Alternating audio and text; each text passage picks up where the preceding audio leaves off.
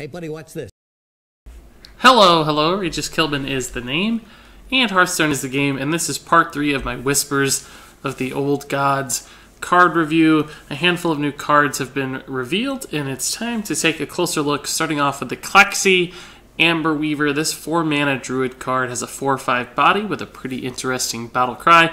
If your Cthulhu has at least 10 attack, gain plus 5 health. Now, if you're not familiar with Cthulhu, essentially he's a card that no matter where he's at in your deck, in your hand, on the field, you can buff him, giving him plus 2 attack, plus 2 health, various other buffs with various Cthulhu synergy cards. And then cards like this one, depending upon how many times he's been buffed, get a nice little activated effect. In this case, of course, gaining plus 5 health. So if you've gotten a couple early game cards out that buff your Cthulhu to 10 attack, if you play this guy on turn 4, all of which is completely possible and even seems likely given the cards we've seen so far, by the way, you're going to get a 4/10 on turn 4, which is a fantastic minion. It's much like a Twilight Drake in handlock decks, which is a very desirable outcome and a huge play that's hard to deal with. And it's even better than it's a Twilight Drake in many cases, because if you silenced this card, it would just go back to a 4/5 instead of a 4/1 like a Twilight Drake. So it's even better in that regard.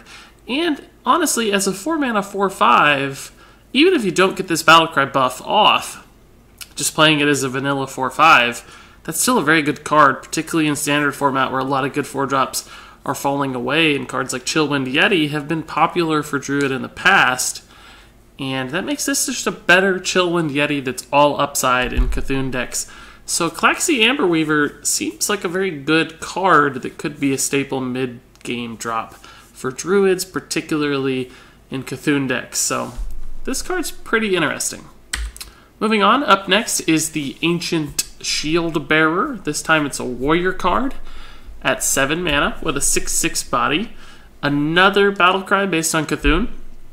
In fact, exactly the same. If your Cthulhu has at least 10 attack, same condition, gain 10 armor. So that would mean that your hero, the warrior himself, gains 10 armor. So in many ways, this is a lot like Shield Maiden. Very prominent control warrior style card. But it costs a little more, has a slightly bigger body, and the effect is even stronger when it goes off. Now, in Cthulhu decks, by the time turn 7 comes around, I think it's very likely that your Cthulhu should have 10 attack unless the decks are weird or you've just had a very poor draw. But from what we've seen so far, that seems extremely likely by turn 7. So this is practically going to be a guaranteed 7 mana 6/6 gain 10 armor, which is a very strong play when you consider cards like Shield Slam. It gives you the ability to remove almost anything. So it's also great, of course, defensively. It's just a heal 10 against aggressive decks that can buy you extra time to stabilize the board. It might come a little late by turn 7 against many aggressive decks, but depending on the early drops you have, this could set you up for very strong recovery and a very powerful late game as well, because the 6/6 body on this does trade favorably into so many different things. So Ancient Shieldbearer has potential. Of course, it's only going to work in a Cthulhu deck. A 7 mana 6/6 is bad otherwise. But if there are warrior Cthulhu decks that skew towards the late game, which I would imagine they would since Cthulhu himself skews towards the late game, then I don't see why Ancient Shieldbearer wouldn't be a viable addition, depending upon what other cards we see and how good Cthulhu is in general. Moving on, up next is a 0-mana priest spell called Forbidden Shaping.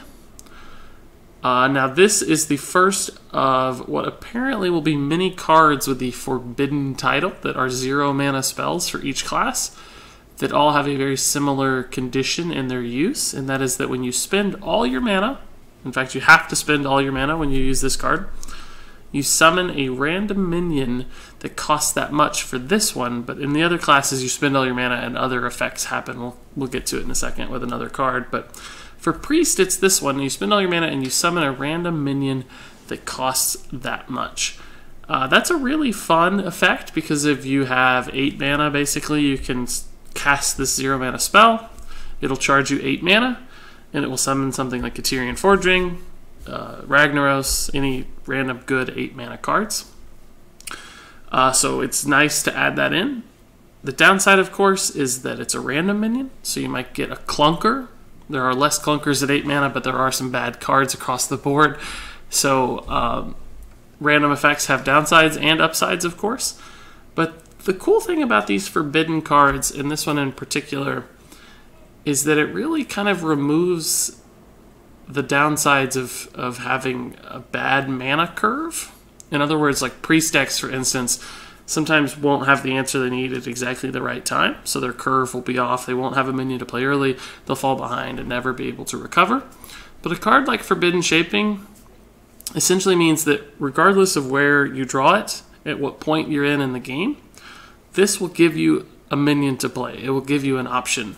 So if you're on turn 3, your opponent's already got a few minions out, and you're just hopeless, you can cast Forbidden Shaping, maybe slow them down, stall them, get a good taunt, you never know. Conversely, if you top deck this in the late game, you still have a play. If you top deck a 3-mana card in the late game, you've got a pretty weak minion that won't impact the game that significantly. If you top deck Forbidden Shaping, you can hero power, summon an 8-cost card. So this essentially gives you flexibility with your curve. It lets you do things you otherwise couldn't. You don't have to commit to a mana cost or a curve like you do with many other cards. So that's the upside. The downside, of course, is the randomness. It's hard to say right now if this is going to be good.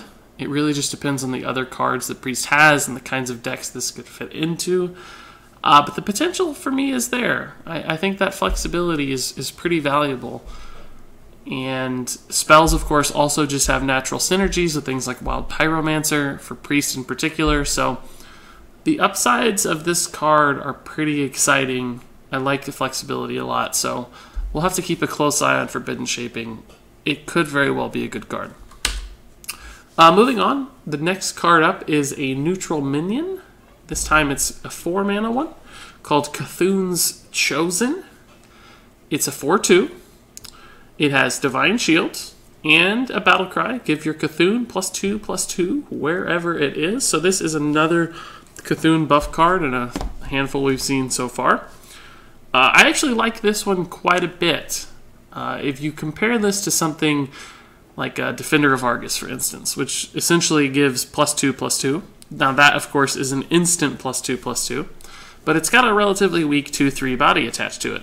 Whereas Cthulhu's Chosen, on the other hand, still is giving you +2/+2. You benefit from it way later in the game, but the body and the minion itself here are pretty good. A 4/2 threatens a lot of stuff, and since it has Divine Shield, that 2 health is really not as much of a downside. It typically will require at least 2 minions or 2 cards to deal with it. So the 2 health really doesn't hurt all that much, and it's got a lot of potential to trade up as opposed to trading down. So Cthulhu's Chosen looks like another solid Cthulhu-based minion that will be a staple in Cthulhu decks. I like this a lot. Of course, it won't see play as a vanilla 4-mana 4/2 with Divine Shield. It's not actually that bad. It's maybe got some edge scenarios where that's a good card. But in Cthulhu decks, I think this will be a nice mid-game piece of the puzzle that really doesn't punish you all that much for the very strong Battle Cry that buffs your Cthulhu. And of course, as we've seen with other cards, these buffs don't just buff Cthulhu. They also set up stuff like Klaxxi Amberweaver, so you can get a more immediate impact from that buff. You don't have to necessarily wait until turn 10 when that Cthulhu plays. Same, of course, goes for Ancient Shieldbearer. So the benefits of these Battle Cries are a little slower than that, like Defender of Argus I mentioned, but they don't always take forever. They kind of parse themselves out evenly throughout the course of a game using other minion synergies that are provided. So Cthulhu decks are shaping up pretty cool so far. And then finally, I've got one more card that has been revealed so far we're going to take a look at. And that is a new mage card called Forbidden Flame. So again, this is another forbidden card, much like Forbidden Shaping for the priest. But this time, it's a mage spell, also 0 mana, of course, and spend all your mana, deal that much damage to a minion. So another spend all your mana effect that appears to be the forbidden theme. I don't think that this one is quite as strong, though. Mages have a number of ways to remove big threats, They really value more flexible damage that can either go towards a minion or towards the face, because most mage decks like damage. They want those fireballs, those frostbolts to kill their opponent. And since this one only impacts a minion, it's much like, say, a Flame Lance, which is very efficient in regards to damage, but really isn't seeing much play just because you need the flexibility of going to face sometimes. And that's really the same problem that Forbidden Flame has. The flexibility of the mana is nice because you can do 10 damage to something really scary, but the lack of flexibility when it comes to face damage really hurts this card, and I don't see it getting a lot of play. The one alternative there, the one caveat that might actually see this card in a deck list is with Tempo Mage. Tempo Mage does run some really cheap minion removal spells like Arcane Blast, for instance, and this would synergize really well even at 0 mana. Just to proc a Flame Waker. 1 mana, it would even be good, of course, just as like a 1 mana ping that procs a lot of different spell effects, including like Archmage Antonidas, for instance. So it's possible that this card does find some niche play in specific decks that benefit from spell synergy, but it's just like a straight value card. I don't ever see a world where you want to spend 8 mana to use this.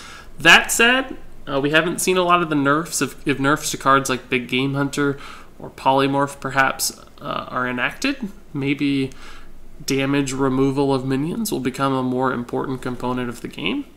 And in that case, Forbidden Flame might actually be even better. So we'll see how this card does. I don't absolutely adore it, but perhaps it could eventually see some play. And that'll do it for part 3 of my Whispers of the Old Gods card review. If you have any questions about these cards, feel free to ask. Stay tuned for part 4 as soon as the new cards are revealed. Thanks so much for watching, and until next time, game on.